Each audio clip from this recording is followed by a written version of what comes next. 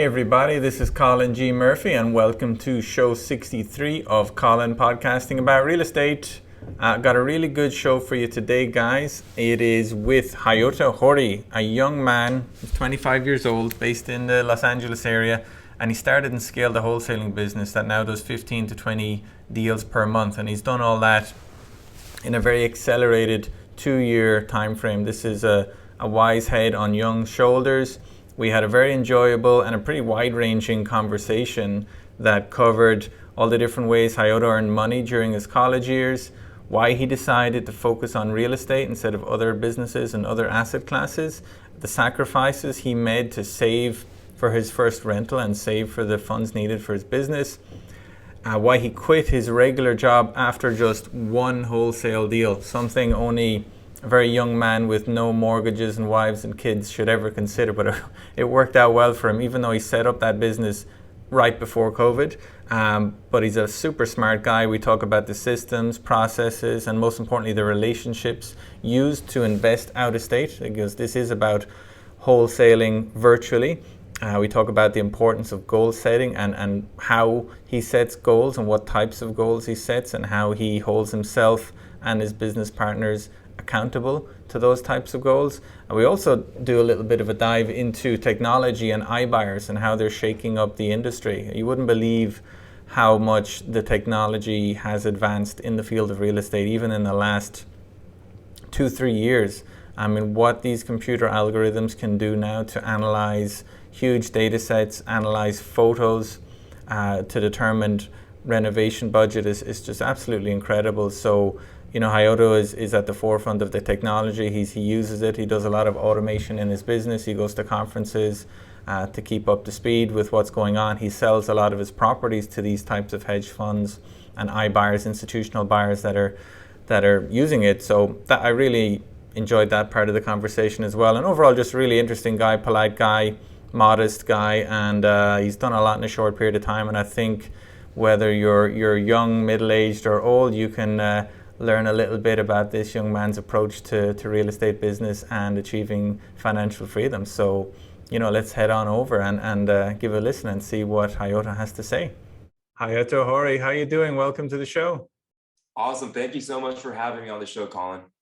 It's my pleasure. It's been a while since we've had a guy like you who's just kind of hit the ground running really quickly and built a real estate business in a short period of time. I know our mutual friend Antoine Martel is another guy like that. So can you bring us back to the start of your entrepreneurial journey and just talk to us about how it all began and how you fell into real estate? Sure, no problem. So when I first started, I guess we can kind of start from when I was in college. I was super into starting businesses. I always knew I wanted to have my own business.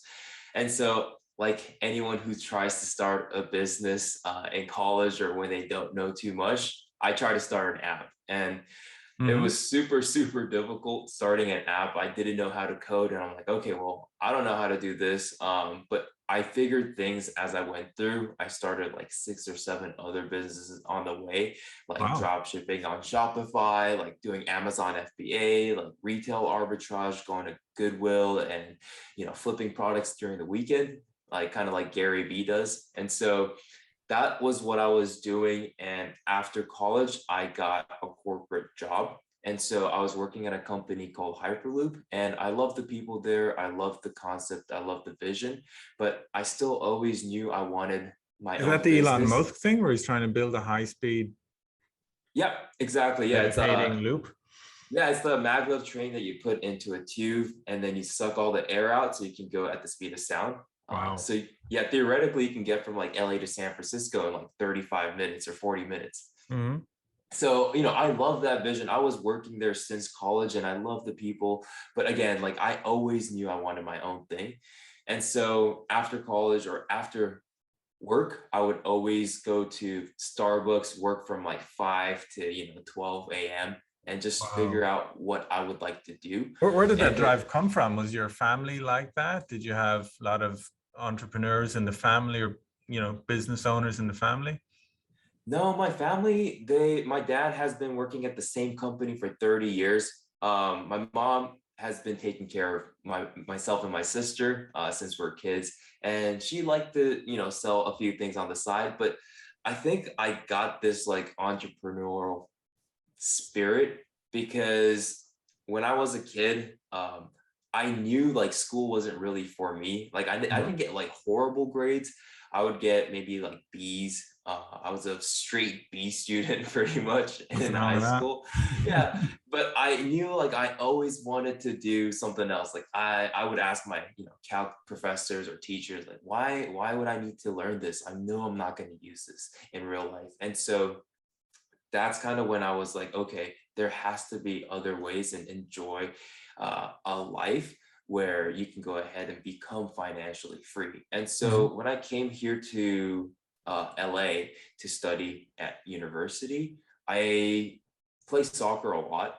And when I went to go play soccer at 10 or 11 a.m. on a Wednesday morning, I met a lot of people, and I saw the people that had time to themselves Mm. that are financially free had Mhm. their own businesses. And Right. that's when it clicked. I was like, okay, I have to own my own business. And I knew like working a corporate job, I can work 200% of my capacity. I'll still be really, really happy working for myself.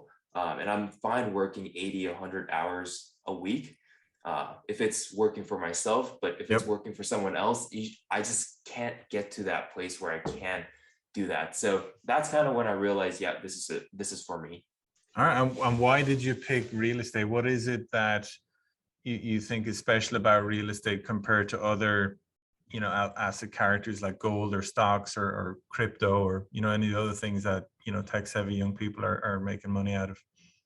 Yeah, so initially I got introduced to investing. So I first started investing when I was 16. I Oh, nice. had Yeah, I had a high school teacher who was a millionaire on a teacher's salary, Wow. and he taught like a personal finance class, and he was like, guys, just buy index funds and then continue to invest every single month, and then in 30, 45 years, you'll get to a point where you can retire with a bunch of money and it'll compound, and compounding is a magical thing.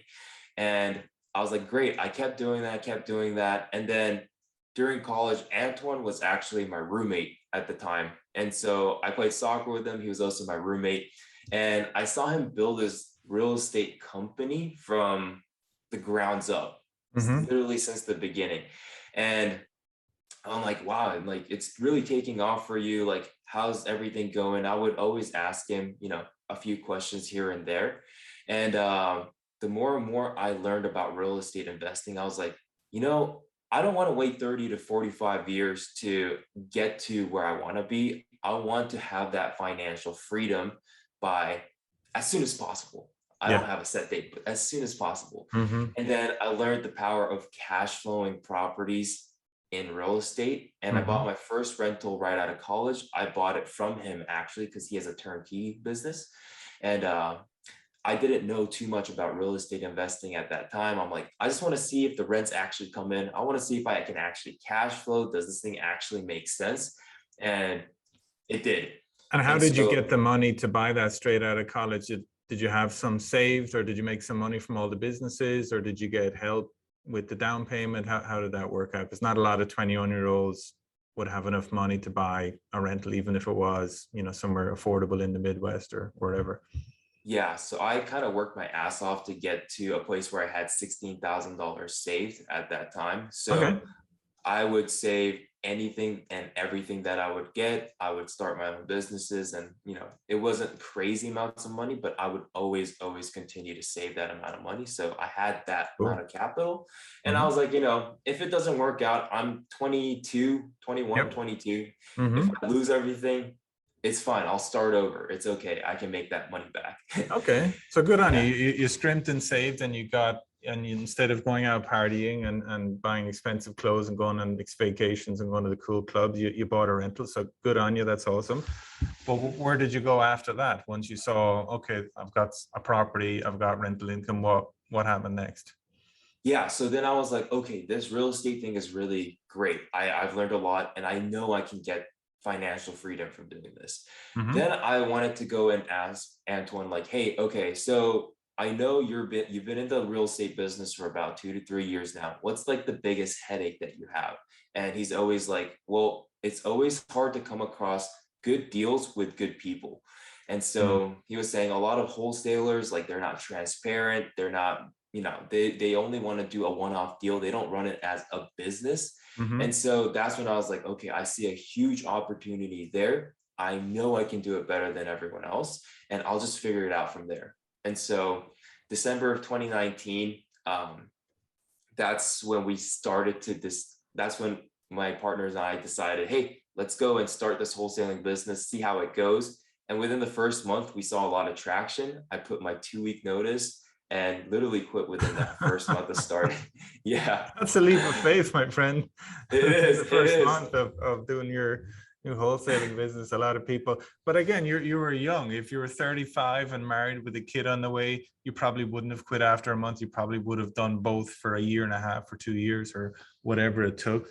Mhm. And I've known guys that kept their W-2 jobs for 15, 20 years while working like literally 40 hours on each one. But Mhm. I guess you figured out pretty quickly you're getting more bang for your buck on the wholesaling business. So tell us about that. Did you presumably you didn't have tens of thousands of dollars to sort of throw at it? So how did you get your first deal, and how did you figure out what to do? Yeah, we really started with nothing, essentially. And 2019, I mean, that's when we started. Mm, We, because we had corporate jobs, like my partner and I, who run the business full time, we had corporate jobs at that time. mm-hmm. We couldn't, we couldn't cold call people and work on the business from 9 to 5, which is Yeah. the most important time to get in touch with people, right? And so Mm-hmm. what we did instead was we've hired a lot of people doing other businesses through like Upwork. And so we would hire 5 to 10 people to cold call and try and see if we can get a deal under contract. And it definitely worked. The very first person actually that we hired there, he's still with us to this date Mm-hmm. for 2 years now, and he's been absolutely crushing it. So that's been great. And then so we started that business, and obviously in 2020, COVID hit in Yeah. March, right? So we're Mm-hmm. like, man, what's gonna happen? I have no clue. We've only been in business for 3 months and we're just barely getting started. So it was a little bit scary and it was a little bit of an anxious time for us. No kidding. Yeah. But what we realized was we were virtually wholesaling properties in the Midwest. And Mm-hmm. in order to do so, we had to establish and build our businesses in a way where it was all done online. And so actually it kind of worked in our favor because we set up our entire business and systems where we didn't actually have to be in that market Mm-hmm. and, you know, make real estate transactions. So our business actually took off from there as well. We were able to do more and more deals. And so when we started, we were doing, 0 to 1 deal a month. And then now we're at a place where we're doing 15 to 20 a month. That's amazing. So, I mean, how did you even decide on what market to target? And if you decide on a market, the Midwest, I mean, obviously that's a pretty big, you need to, it's a very big area. Where did you get your leads from? And it sounds like you went to Upwork, which is a kind of a VA virtual assistant website where you can Mhm. hire overseas people to cold call whatever hundreds of people a day. So, but where did you get the leads, and how did you decide that they were strong leads in the first place? Yeah, so we got the virtual assistants from Upwork. And then once the deals came in, we used the CRM and we collected all that data within our CRM. Mm-hmm. And then from there, we'll send contracts virtually. We had boots on the ground to go ahead and, you know, sign the contract and give us insight on the market if we needed to as well. And the reason why when we went into the Midwest market was because one, Antoine is in those markets, and so we could sell to him as well.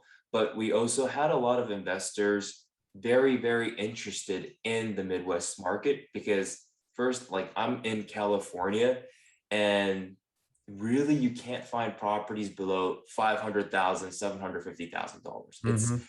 extremely expensive. And for anyone trying to buy a rental property in these markets in like California or maybe like New York City, it's just very, very difficult and you need a lot of cash. Yeah. And so for me, even personally, that just wasn't an option. And so I looked into the Midwest as well. And I was like, Hmm. wow, it cash flows great. The cash on cash return or the cap rate's great. Like the return on your money is really, really strong. And so a lot of investors in California that I knew were like, hey, how do I get into investing in out of state markets? And so that's when we're like, oh, great. We can introduce you to property management companies. We can introduce you to insurance companies, lenders, even contractors if you need. We'll give you our boots on the ground, and then Hmm. we'll source the deal for you at a discounted rate. So if you need to fix and flip it, if you need to burn the property, you can do all that as well. Wow. And so where do you get your leads in the first place? Are you just buying kind of public record leads from absentee owners, or what? Or do you have some sort of secret sauce that you can't share? Or what? I'm just curious for how you.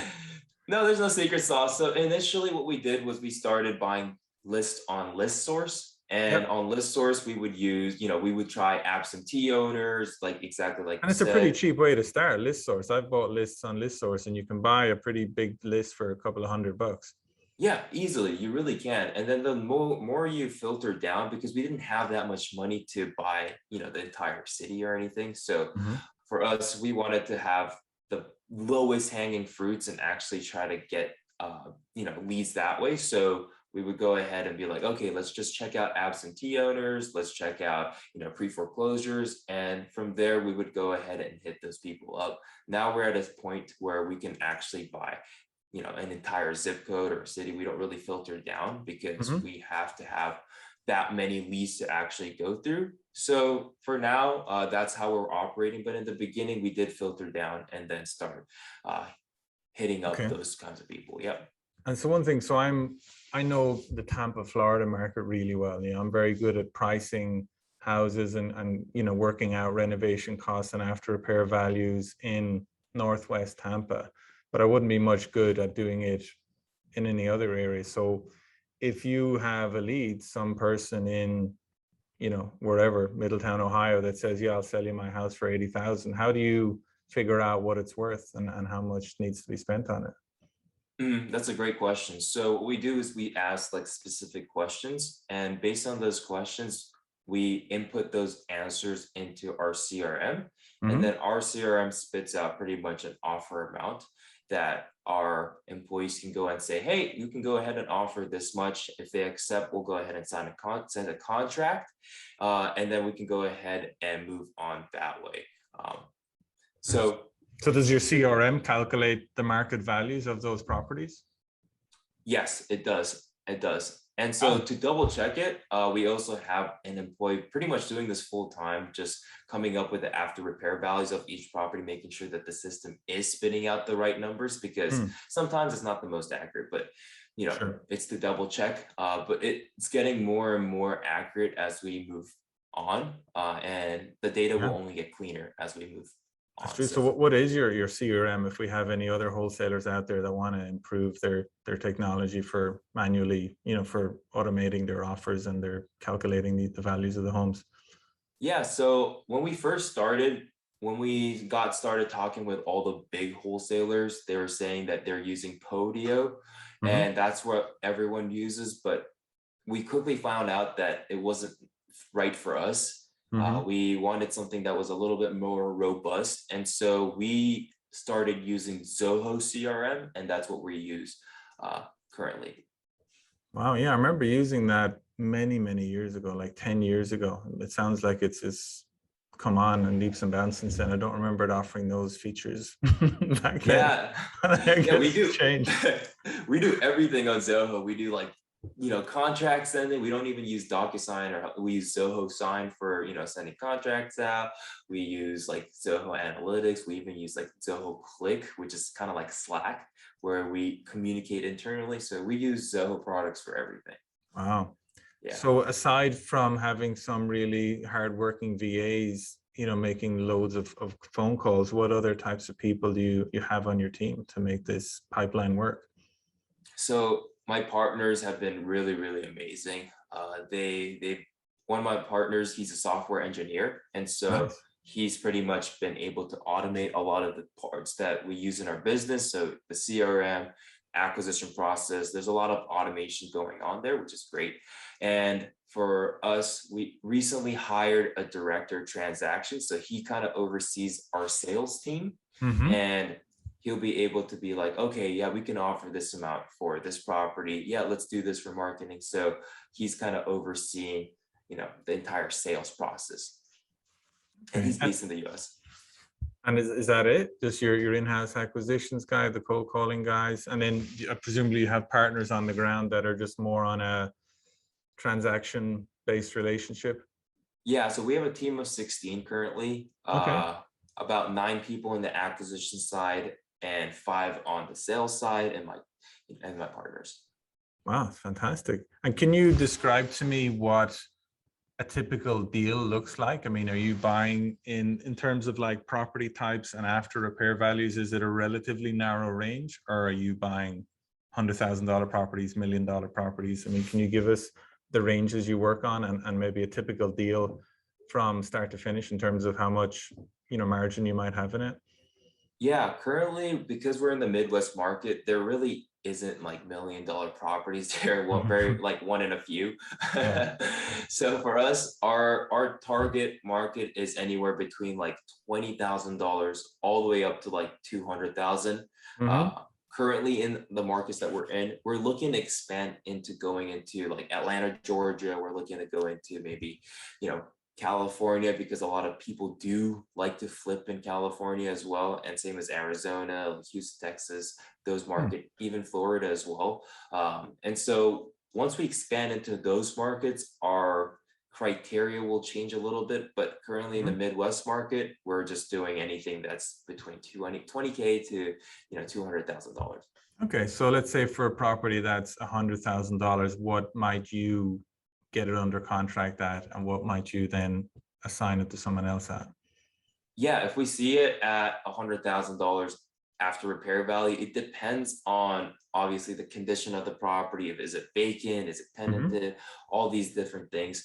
But we usually try to aim for like 60% after repair value. So like I would try to get it under contract for $50,000 or $60,000, and then put our assignment fee, and then maybe sell it for 60 or $70,000. Okay, that's pretty solid. So in order to do 10 or 15 deals a month in the Midwest, which is a market a lot of people target for the because good cash flow, affordable, what kind of marketing spend do you need for that nowadays? Yeah, so initially it was very, very low. Now that we're doing 15 to 20, our software and all these like marketing spends, we're spending close to $50,000 a month in terms Would you say of 50 or payroll. 15? 50. 50, yeah, wow, chunk of Yeah, change. 50,000. Yeah, $50,000, because payroll is majority of it.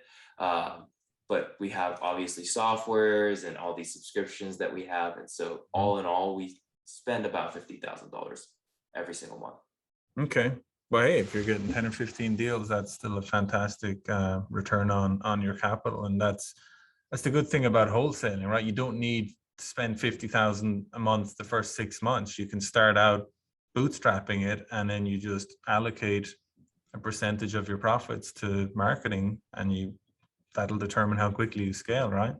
Yeah, exactly. And in many cases, you can sell your wholesale deal within 30 days. You kind of have to, depending on the contract that obviously you put together, but usually have about 30 days to go ahead and sell that property. And so it can actually be quicker than flipping a property, because usually that takes about like 3 months or so. So do you do a bit of both, or are you purely in the We're wholesaling business, or are you flipping properties as well, or doing kind of profit sharing with flippers, or are you mixing it up? Currently, we're just doing wholesaling, and we're really, really focused on that right now. We might go into different kind of, ventures later on, but right now I really do want to focus on the wholesaling business and get us up to, 50, 100 deals a month. And that way, like if we ever do want to go into flipping, we'll have all the deals and we can go ahead and flip them if we wanted to. but it really starts from having that right deal and getting that deal source. And so that's what we're really, really focused on right now. That makes sense. It's one thing to assign a contract for a property 1,000 miles away. It's a whole other thing to project manage a renovation on it. Totally different business. So, your customers and the people you're selling these houses to, are they like investors? Are they fix and flippers? Are they homeowners? I mean, what kinds of buyers are you targeting? They really vary. In the beginning, we had a lot of retail investors who were just getting started or who maybe bought a few properties in the past. Now it ranges from institutional investors to fix and flippers or turnkey companies and retail investors as well. So it really, we try to cater to any type of investor that comes up to us. As long as the deal fits their criteria, we're more than happy to help. But with those big institutional investors, like we do inspections on all the properties, so our retail investors can go ahead and see like a transparent view of all the properties that we have. And because a lot of times they're like, hey, I don't know who to send in and I don't know any inspectors there. So we just cover the cost and we do inspections on all the properties. And so that way they can see the report and everything. But the big hedge funds, they're like, no, we don't need to see that. Like we already have the data, we're good. And so it really depends on the investors we work with. But now we have, a spectrum from a new investor all the way to big institutional investors. Yeah, no, these institutional guys are amazing. I mean, I think some of them literally have algorithms that will determine how much they need to spend just from analyzing the photos. Yeah, it's absolutely insane. And this is like, just to clarify, it's not a person analyzing the photos. It's an algorithm analyzing the photos and spitting out a number, what they need to allow to fix it up. I know it's getting crazy. We've been to like a few conferences. I'm actually going to an IMN conference in like a week or two. And the hedge funds are saying crazy things like, yeah, our algorithm AI is coming up with all the data points where we know exactly which zip code, which road to go ahead and invest in, and we know exactly every single property is worth, so they can give an offer within a few short hours as long as the person gets back to you. It's absolutely insane. That's crazy. Yeah. And so where do you see that trend going? I mean, you're kind of on the forefront from it. What is the future of real estate investing as far as kind of iBuyers are concerned, and what kind of impacts and changes do you see happening with this kind of traditional business? Exactly like you said, I think the future is the iBuyers, and so we want to cater to iBuyers. And what does that mean? Well, they need to be able to make their decision just by looking at the property on the site. So they would need maybe a 3D view of the property. They'll need full pictures. They might need a contractor bid that they can get off from somewhere. They need an inspection report. They need all these different things to make a valid decision on the properties and all the statistics as well laid out for them. And the more and more tech driven and more data driven this real estate industry gets, I think there's going to be more iBuyers and more people investing in real estate, and it'll make it much easier for anyone starting in the real estate industry. So I think the barrier to entry will be a lot less moving forward, but finding good deals is going to get harder and harder because of that. So, if these iBuyers are going to get more and more powerful and they've got, tools and capital that little guys are never going to be able to compete with, what's their angle? What's the angle for new wholesalers or new fix and flippers? How are they going to compete in a market like that where technology is a lot more dominant than it used to be? What kind of niches do you think people should be looking at to be going with the tide instead of against it? So real estate is really unique because it really is about like relationships and connections you have with other investors. So no matter how much you do on that technology space, if you don't have the right connections, there's just no way that you can scale up. And especially in the wholesaling business, relationship is everything between the seller and the investor. And so for me, I personally believe that making your company as tech driven as possible, but also making sure that you build that relationship up with the investors, because it took us 2 years to get in touch with a hedge fund and even have them consider like, okay, maybe we'll buy properties from you. Mhm. So it does take time, but once you get those connections and networks and relationships in place, I think that's the most powerful place to start. And then you can go from there. Okay. So is that so you've been actively building a kind of a buyer's list, a client list that will take these contracts? I mean, one side of your business is finding these motivated sellers to to sign an assignable contract with you. And then Mhm. talk to us a bit more about how you built up the buyer's list so that when you have a deal, you can send it to somebody that will take it off your hands. What kind of activities and what kinds of people are you building for that? We've done a lot of networking and reaching out through bigger pockets, connected investors. Facebook groups are a good one as well. And then I used to run an advertising agency. So I run a lot of Facebook ads. And so we get leads from that sometimes as well. And Hmm. we run a lot of targeting on our website as well. So that's kind of where we get all of our investors. And then we try to, you know, speak with every single one of them if possible, so that we can build a relationship with them. And is that just kind of find out their buying criteria, the locations they want, the property types they want, Exactly. age? And I've Exactly. seen that with the stuff I'm selling. There's some people that won't buy anything built before 1975. There's some people that won't buy anything unless it has 2 bathrooms, or all sorts of stuff like Yeah. that. Yeah. Especially with the hedge funds, they have like a really specific criteria. They're like, if it's anything, even if it's like 1901 and they're looking for anything before that, it they really say no, we're not going to do it, it doesn't fit the criteria, or if it's like a certain square footage even. So those are things like we definitely like to collect, so we send only the right deals to the right people. Yeah, I had that exact same thing. I had 2 houses in the exact same neighborhood, same renovation, same subdivision, same flood zone, very similar square footage, but one was built in 1979 and one was built in 1980. And they Yeah. took the 1981 full price cash offer, no problems, just straight through the close. And I'm like, well, what about this one? Why don't you do this one while you're at it? It's the exact same, but the computer says no. Yeah. The computer says no. Yep, exactly. That's not so. You mentioned Zoho. What other kind of tools or systems can you share with us that have helped you, scale your business and helped you, avoid mistakes? Yeah. So within Zoho, I mean, it's really the only tool we need to run our entire business And really Zoho, is at this that's point. just to clarify, that Zoho. Zoho, yeah. So we use their CRM. We have workflows and all these automations to make sure, like, hey, if we, get a contract signed, it gets sent over to the title company immediately. And, our transaction coordinators don't actually have to manually send them over. There's a lot of automated emails that go through when buyers come in and whatnot too.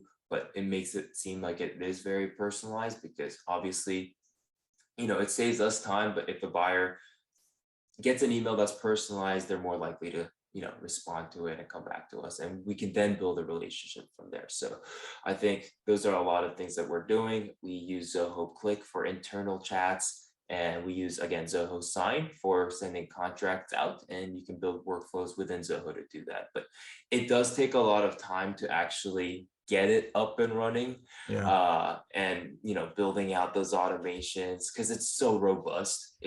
We're still making improvements 2 years in from now, and I don't think that's ever going to stop.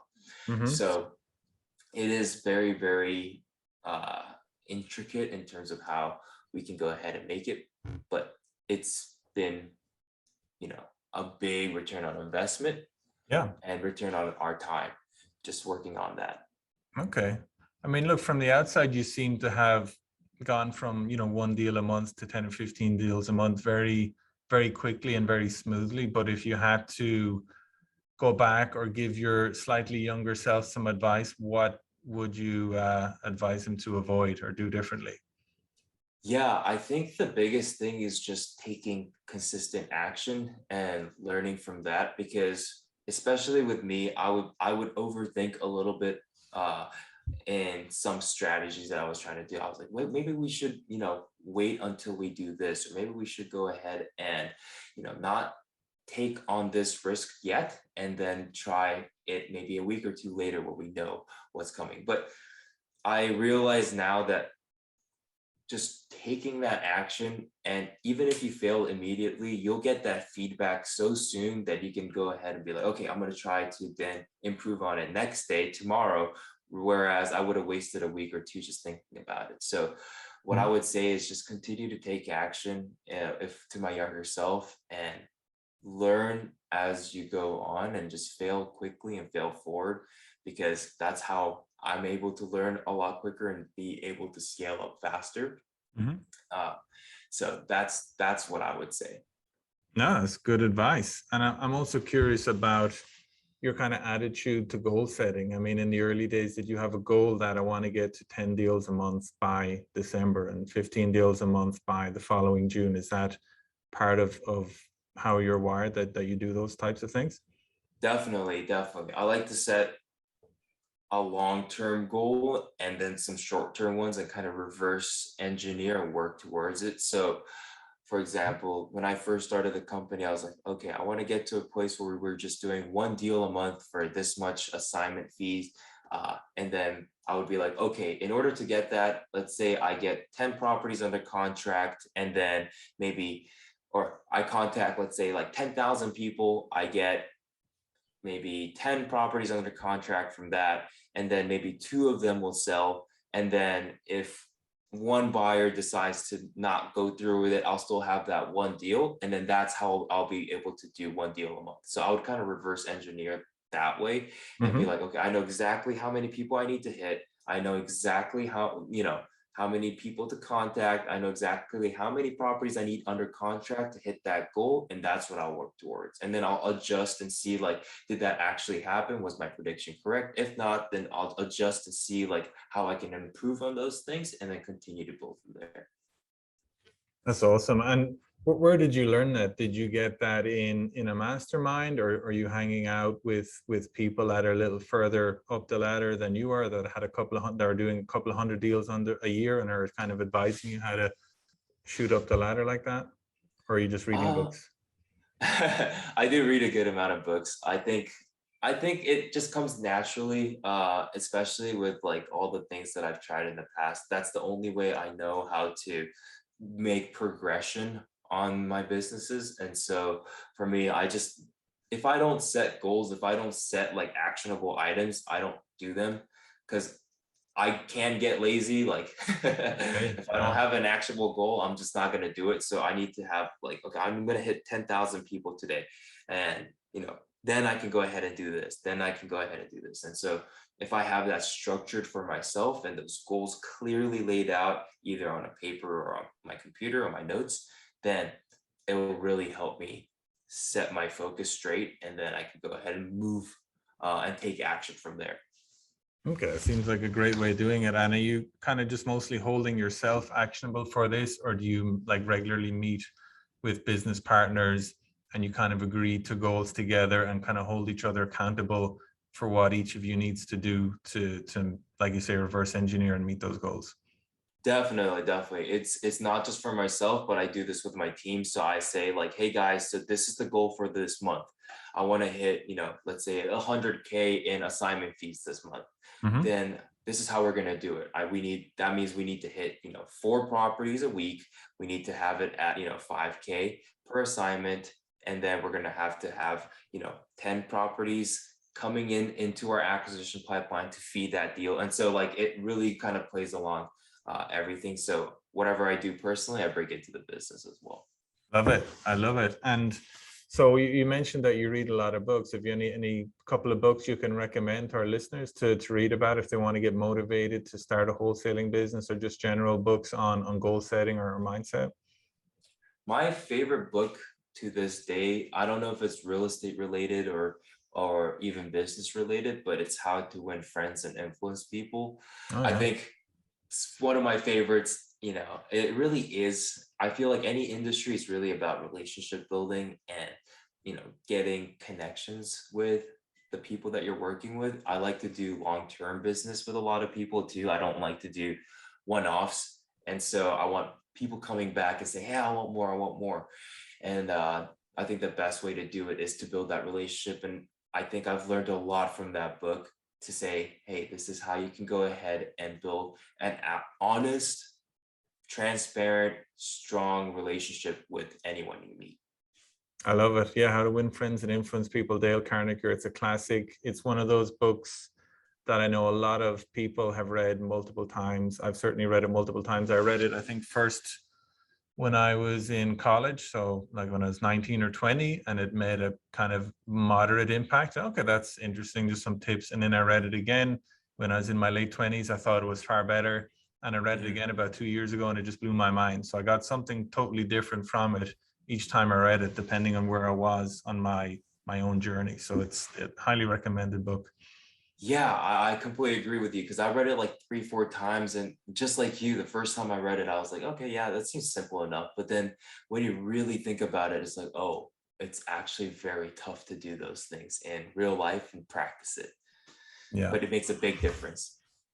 It is. I'll tell you what, I actually made a summary of that book for myself, like literally a 2-page summary of the key, I don't know what key takeaways from the book. I'm going to put that in the show notes of this episode for anybody who wants to read it and get like that's awesome. a 30-second summary of the book. But you have to promise me that you read the book afterwards as well, as not just read the summary, because my summary isn't going to give the same impact as the book, but I'm going to put that in the show notes. Oh, that's awesome. It's that good of a book. Yeah, it is. So this has been a lot of fun, Hayoto. So any parting thoughts for our listeners on I don't know, whatever you want, goal setting, business, technology? Yeah, I think for me, the point maybe I want to get across to everyone at the end is just, if you have something that you really want to start, if you want to achieve like financial freedom, if you want to get to a place where you have enough cash flow, I personally believe out of all the investments that you can make out there, there's a bunch, right? There's like stocks, real estate, there's, crypto now with NFTs and all these new things coming up. And as someone who, loves starting businesses, who has a lot of ideas, you have that shiny object syndrome where like, oh, I want to do this, I want to do this. And for me, the important thing was focusing. But I truly, truly believe out of all those asset classes, real estate is the best and fastest way to get you to where you want to be if you're thinking about financial freedom, just because everyone needs a place to stay. Everyone needs a home, right? And you can leverage your money in a way that you really can't with any other asset class. And also you get tax advantages. I mean, the list goes on. So if you want to get started building that financial journey, I really strongly believe real estate is the best way. And just take consistent action, analyze a few deals every single day. And I'm sure if I can do it, again, I'm not the smartest guy. I wasn't doing good in school ever really. So I really believe that if I can do it, anyone else can do it. And that's just my last parting words.